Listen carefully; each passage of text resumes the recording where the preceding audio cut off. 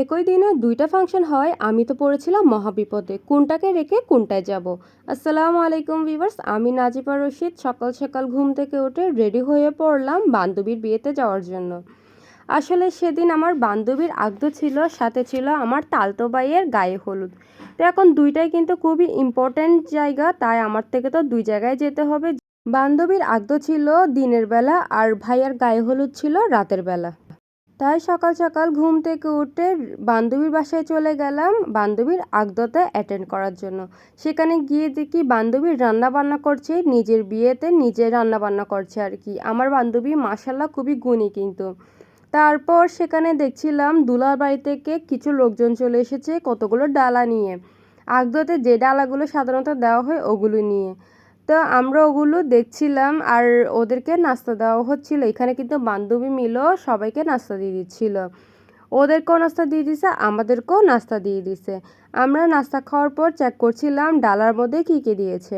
এই তো আমার বান্ধবীর বিয়ের ডালা খুব সুন্দর করে কিন্তু র্যাপিং করেছে। উপরে ছিল হচ্ছে মিষ্টি, আর ভিতরে ছিল হচ্ছে জামা কাপড়, আর হচ্ছে বিভিন্ন রকমের জুয়েলারি, আর হচ্ছে সরঞ্জামপাতি আর কি, যা যা প্রয়োজন হয় সব কিছুই দিয়েছিল। মিষ্টিগুলো কিন্তু খেতে অনেক বেশি মজার ছিল। আর আমি দেখছিলাম সেকেন্ড ডালাতে কী কী দিয়েছি। এখানে জুতা ছিল, কানের দুল ছিল, তারপর ক্লিপ ছিল, সাথে ছিল কিছু মেকআপের সরঞ্জাম। এখানে উপর দিয়ে কিন্তু দেখাই যাচ্ছিল। তারপরে 3 নম্বর ডালায় দিয়েছিল শাড়ি আর হচ্ছে 3 পিস। এগুলো দেখার পরে আমার বান্ধবীকে তার ভাবি লাগিয়ে দিচ্ছিল মেহেদি। কেননা সে আজকের দিনে ব্রাইড, তাই হচ্ছে তাকে তো মেহেদি অবশ্যই লাগাতে হবে। তার হাত খালি থাকলে তো একদমই ভাল লাগে না দেখতে। তাই ভাবি খুব সিম্পলভাবে তাকে সুন্দর করে মেহেদি লাগিয়ে দিচ্ছিল।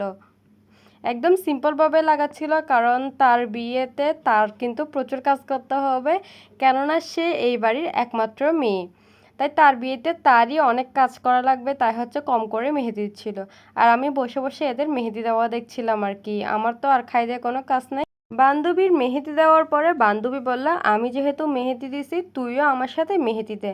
সেই বলেই আমার বান্ধবীটা আমার হাত নিয়ে মেহেদি লাগানো শুরু করে দিল। আমার বান্ধবী কিন্তু খুব সুন্দর করে মেহেদি লাগাতে পারে, তাই ও আমাকে মেহেদি লাগিয়ে দিচ্ছিল। এখন আমি মনে মনে ভাবতেছি বিয়ে তো তার, আমাকে কেন হুদায় মেহেদি লাগিয়ে দিচ্ছে। কিন্তু কিছু বললে তো সে রাগ করবে, তাই আর কিছু বললাম না। সে যেমন করতেছে তেমনই করতেছে। তারপর চলে আসলো দুলার বাড়ি থেকে খাবার। এখানে কিন্তু বিরিয়ানি ছিল। দুলার বাড়ি থেকে খাবার আসার পরে আমরা সবাই মিলে খাওয়া দাওয়া শুরু করে দিলাম। কেননা দুলার বাড়ি থেকে খাওয়ার আসার কথা ছিল, আসার পরে আমরা খাওয়া দাওয়া শেষ করে নিলাম। তারপরে আমি বেরিয়ে পড়লাম, কেননা এখান থেকে তাড়াতাড়ি বের না হলে আমি অন্য ফাংশনে যেতে পারবো না। এই অন্য ফাংশনের চক্করে আমার বান্ধবীর আগদর রিচুয়ালগুলোই দেখা হলো না। ওগুলো কিন্তু আমি চলে আসার পরেই শুরু হয়েছিল।